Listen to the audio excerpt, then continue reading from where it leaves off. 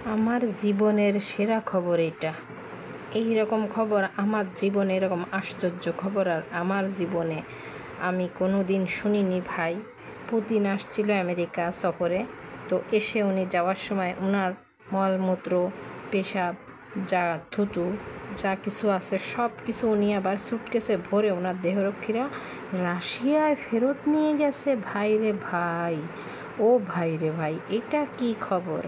তো ওনার মলমূত্র হচ্ছে উনি নিয়ে গেছে কেন জানেন?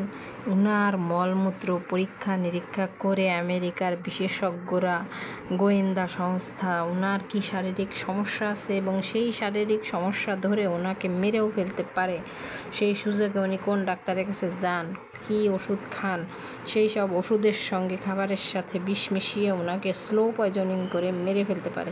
এটা হচ্ছে ৭১ টেলিভিশনের খবর। তো হচ্ছে দেখেন কি অবস্থা, আর আমাদের দেশের রাজারা আল্লাহ কি অবস্থা!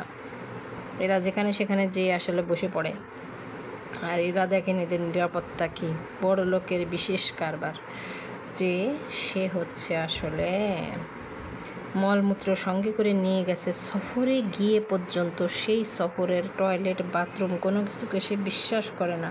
তার সেই বাথরুম থেকে যদি তার মলমূত্র তুলে নিয়ে যদি পরীক্ষা নিরীক্ষা করে, রে ভাই চিন্তা করেন, বাথরুম পর্যন্ত সেফ নয় একজন বাদশার জন্য। মাশাআল্লাহ, আলহামদুলিল্লাহ, খুব ভালো, খুব ভালো। আসসালামু আলাইকুম, সবাই ভালো থাকবেন, সুস্থ থাকবেন।